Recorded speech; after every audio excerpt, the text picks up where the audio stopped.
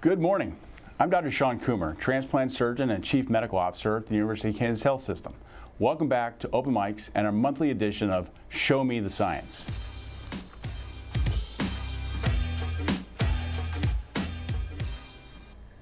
Athletes use creatine to fuel their muscles and boost performance. A pilot study here at the University of Kansas Medical Center suggests creatine may also fuel the brain. It's early evidence, but it suggests there could be an affordable, non-pharmacological method for improving cognition in Alzheimer's patients. Today, we're exploring the study and connecting the dots between Alzheimer's and your brain metabolism. Joining me at the desk today, the researcher who led this study, Dr. Matthew Taylor. He is an associate professor of dietetics and nutrition at the KU School of Health Professions, and we're also joined by the co-director of the KU Alzheimer's Disease Research Center, Dr. Jeff Burns, online. Hi, And good to see you, Jeff. And also a sports medicine doctor and orthopedic surgeon, Dr. Scott Mullen, who, by the way, has been using creatine himself. Dr. Mullen, let's start with you. Creatine has become a very popular fitness supplement. Can you explain what creatine is and how it helps the energy supply in our muscles? So we need ATP to use to generate power and strength in our muscles, and creatine provides a outside source to increase that ATP to help generate muscle power and strength. Okay. So you've actually personally been using this. Have you noticed any changes in yourself since taking it? Yeah, I've used it for years. I think that it helps generate more muscle mass, probably consistent with what we see in the literature. But I think it's a very helpful thing. Mm-hmm. And how much do you take? I take 5 grams a day of creatine monohydrate, which is the most commonly used form of it, and it's the one that's the most studied. Okay. So there's the energy inside our muscles, but what about inside our brain? Dr. Burns, what's the connection between Alzheimer's disease and our brain's energy? Yeah, there is a strong connection between Alzheimer's disease and brain energy and metabolism, and this is something that our scientists here at KU have been studying and actually leading the world in studying, trying to tie together these ideas of there are changes in the metabolism of the brain in people with Alzheimer's disease, and if you zoom all the way in to the mitochondria, which are making the energy supply, there's problems at the mitochondrial level, and so we've been long interested in really leading the way in terms of this sort of idea that brain energy metabolism is something that we should be targeting with potential therapeutics. So strong connections, a lot of work left to do, and KU's really leading the way in this area. And that's great to hear. Dr. Burns, do you encourage your patients to take creatine at this point? Not yet. I don't discourage people if they're saying they're taking it, because I think it's safe, and now we have what Dr. Taylor's about to show us here. But so I don't discourage it, but I don't know if there's quite enough evidence. We need more, and we're working on that to get to where we're really making those sort of policy level decisions to encourage it in all our patients.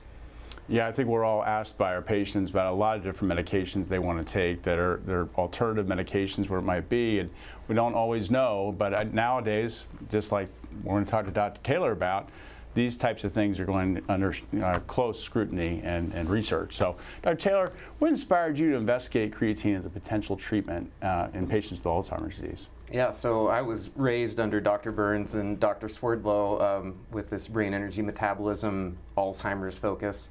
And that's what my lab does, is looks at how we can target brain energy metabolism and improve it. And creatine's a really important molecule for transporting energy and storing energy. And it seems that it might actually be changed a little bit in Alzheimer's pathology. So that's one of the targets that we can think of from a bioenergetic standpoint. And prior to us doing this human study, there had been a couple of preclinical mouse studies that suggested that creatine in these Alzheimer's mouse models actually improved brain energy metabolism in both males and females, and also had some cognitive benefit in females. So it was great timing. We saw these preclinical data come out, and we had been doing work in humans, and it kind of fit the focus, and So we thought it was time to look at it in humans with Alzheimer's disease. Yeah, it's incredibly interesting. We probably we owe you some therapy sessions for being raised by Dr. Burns, Dr. Swerdlow, but that's a whole different discussion for a different time. You named the study CABA, C-A-B-A. What does that stand for? It was creatine to augment bioenergetics in Alzheimer's disease. Okay. And this was a single-arm pilot trial. So single-arm means no control group. Everyone got creatine. So how do you know it was working? So in Alzheimer's, we typically expect that there would be a progressive decline. It was a short study, so how much a patient might decline is highly heterogeneous. However, it does give us some indications that if we can see signal for improvements, then that gives us something to sort of get excited about as preliminary data. So at this point, I can't say that we know that it was working, but we can say that we saw some associations with taking the creatine and that it gives us a really nice signal that this might be something that we should keep looking at. Yeah, and pilot trial means that there's more to come. This was just a test and maybe something bigger. Absolutely. We really just wanted to see if they could do it, and they did a great job with it, and we've got these early signals, so it's exciting. So Dr. Taylor, you focus on people who already live with Alzheimer's disease. How many participants were in this study, and how did you structure the trial? Right, so we had 20 participants. They all got as you mentioned, they all got the intervention. They did a great job with the intervention. They took 20 grams per day, which was divided into two 10-gram doses, one in the morning and one in the afternoon. And then we were doing a lot of work trying to capture, are they following the protocol? They did it for 8 weeks, and we wanted to see whether or not some of the really important energy metabolism biomarkers that we're interested in might change. So we looked at brain creatine levels using an MRI machine. And then in Alzheimer's, we want to try to improve people's cognition. So we looked at cognitive changes over that time, and then also looked at some blood biomarkers for energy metabolism as well. So that was the basic structure. Could they do it for the 8 weeks, and then to see whether or not we could see some changes over that period of time. And so I assume part of the next step would be a dose response curve. So you said 20 grams. Dr. Mullen was taking 5 grams for muscle. That's a lot more, 4 times as much. It's a lot. Yeah, it's a lot more. I think that would probably be a really nice progression to figure out, are these larger doses valuable, and really test that, and then determine whether there's any non-inferiority of dropping the dose. So we have some of your figures. I think we're going to pull up here. Can you explain what we're seeing in this brain total creatine graph? Yeah, so we measured creatine in the brain using magnetic resonance spectroscopy, which is a very specific type of MRI. And what you're seeing here is that we measured their brain creatine at the beginning of the study, and then we measured it again at the end of the 8-week intervention. And what this graph is showing is that most everybody went up. Both males and females had pretty large increases in their creatine. Overall, the group increased their creatine by 11%. And so we think that, there's been a lot of question about whether creatine gets into the brain, how permissible to the brain it is. And so this is actually showing that we believe that it is, and there's some other evidence that suggests that as well, but has a pretty profound impact on the brain creatine levels. And we see a couple horizontal lines there. I don't believe that's a patient. That's just control limit. So that's not the patient there. But the rest all seem to have gone up. So for tracking cognitive function, we have 4 different graphs. So what are we seeing here? So we used a cognitive battery known as the NIH Toolbox. And it is a validated cognitive test. So the battery contains several different individual tests. We had hypothesized that working memory and executive function might change because those are some of the most affected domains of cognition in Alzheimer's disease. And so each of these individual boxes reflect one of the individual tests and the trajectory of change from each person. And so what we saw in this study was we did see improvements in working memory. We saw a trend for improvement in executive function. P-value was right at 0.05, so it's really close. And then their overall cognitive scores went up as well. That's incredible. Definitely improvement. I think that was great. Dr. Burns, can you put that into context for us? Yeah, I mean, I would say that for sure this is really exciting and encouraging, and you know, arguing that we need to take the next step and do bigger trials to be more definitive. You know, what Matt's laid out, or what you've laid out, is the data that shows that, you know, we're seeing creatine get into the brain, and we're measuring that, and we're seeing evidence of some cognitive benefit. But you also pointed out this is a single arm. There's no placebo group that we're comparing to. People can have practice effect when they do these tests. And it's a pilot study. It's a small study, but certainly this is what we want to see in sort of the steps towards really proving something like creatine can be helpful in people with Alzheimer's. So a really important first step, and very encouraging. And we're ready to go to the next, take it to the next level. Yeah, I think the next logical question we'll probably get into later is it going to help somebody without Alzheimer's? We'll talk about that later, I think. So, Dr. Taylor, what are the biggest limitations, and what needs to happen next to confirm these results? Yeah, so Dr. Burns actually laid out a couple really important limitations. It is a small study, and Alzheimer's is a heterogeneous disease, so we can't predict how a person's going to decline over 8 weeks. So are these before and afters? Are they potentially practice effects? I think that we could probably make an argument that they may not be practice effects, but we still have to test that out. Not having a control arm basically means that we aren't able to compare that to a control to see whether or not those trajectories are different from each other. And so yeah, the next steps are going to be we need much larger sample sizes. We need to have a control group. There needs to be placebo-controlled and double-blinded, so that we as researchers and those that are participating in the study don't know what they're getting, and just continue with some of the same rigorous measures that we were using in this study as well. Maybe even some updates to the cognitive battery to be more reflective of what kind of changes we have seen in historical clinical trials in Alzheimer's disease that align with drug trials and things of that nature. Well, you might have a couple placebo patients here. Dr. Mullen being one maybe. What are some common side effects of creatine, and are there any safety concerns with long-term use? So the most common side effects that are reported are some people get a little GI upset or a little nausea with it. If you're not taking the double dose a day and you're taking the 5 grams a day, if you just take it at night, oftentimes that alleviates that. Cramping can be a concern because if you're not staying hydrated and drinking enough water, you can get muscle cramps. Some people will complain of weight gain, but it's probably because of more retained intracellular water within the muscle rather than truly gaining weight from it.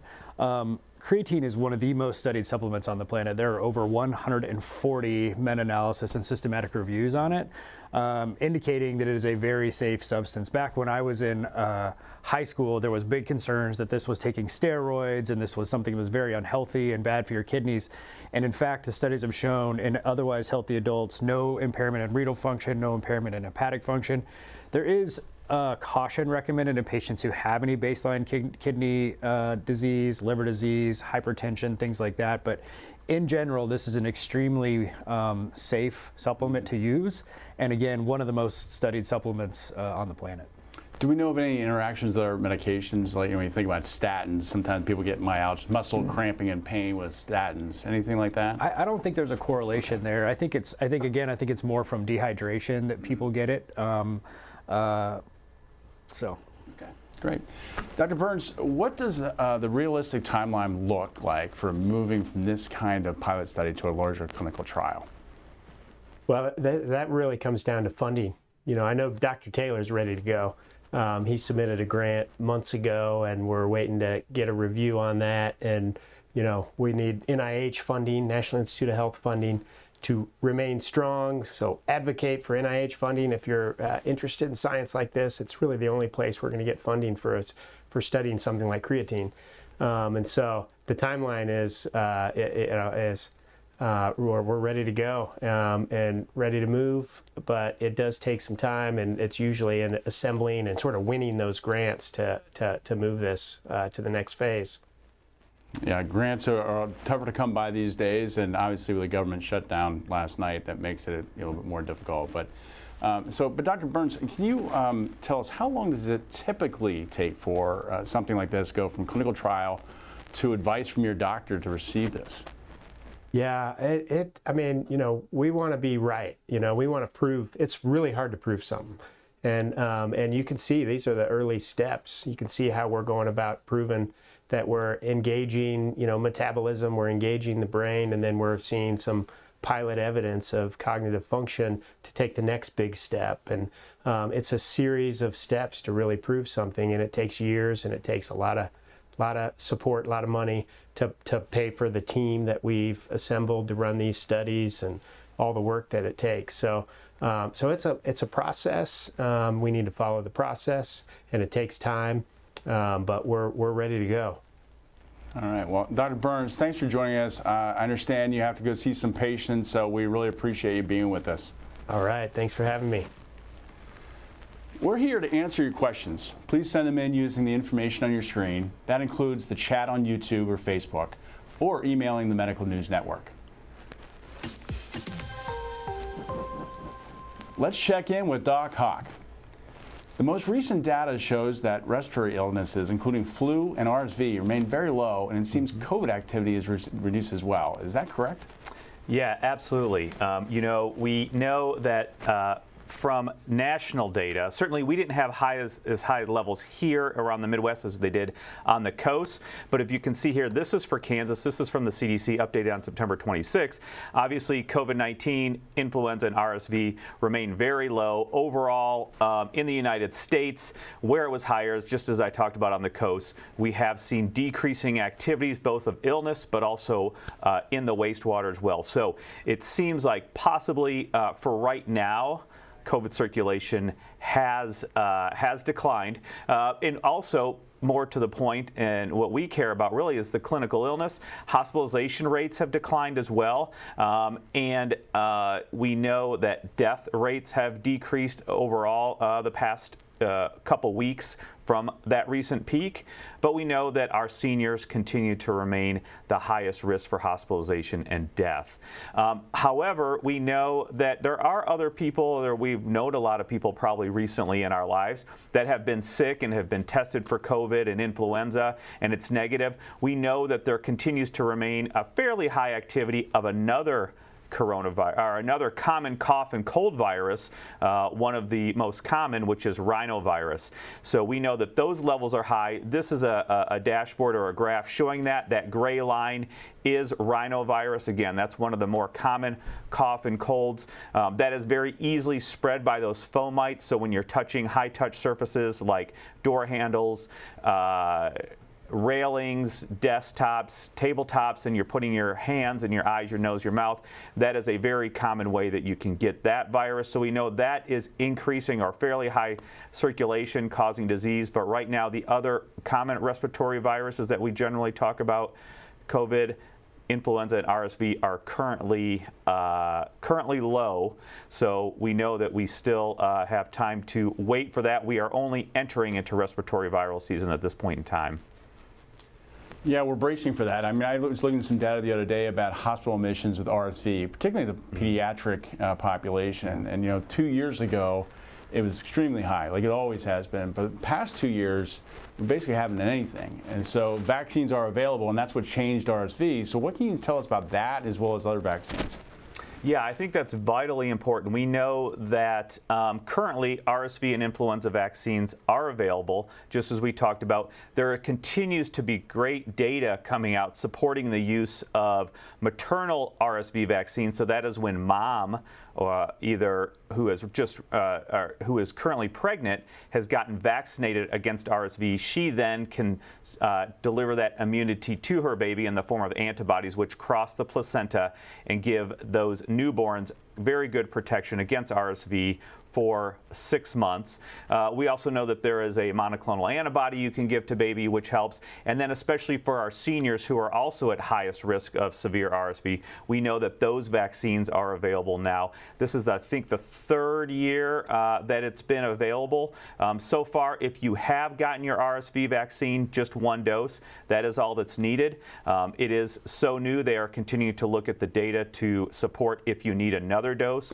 But right now, if you've gotten 1 RSV RSV vaccine dose, you should be protected. But if you haven't, please go out and get it, especially if you remain in those high-risk groups. And just as you had talked about with RSV, also influenza, we should point out that influenza continues to be very high for causing disease in children. We know that unfortunately last year we had over 280 deaths from influenza in children. So it is vitally important to get those age groups, that demographic of children vaccinated as well. If you remember, the CDC recommendation for influenza vaccine is anybody 6 months or older should be getting influenza vaccine. I think now being October and being still early into the respiratory viral season, now is a great time to get those vaccines to build up that immunity. So when activity does rise, you will have your immunity built up to help reduce. Now remember, again, vaccines aren't really to protect against infection. What they do, and we have great data to support this, is reduce your chance of severe disease and going to the hospital. And that's important for everybody in the family. Great. Thanks, Dr. Hawkinson. Yeah. Honorary Dr. Alexis Del Cid is watching for questions from our community. Alexis?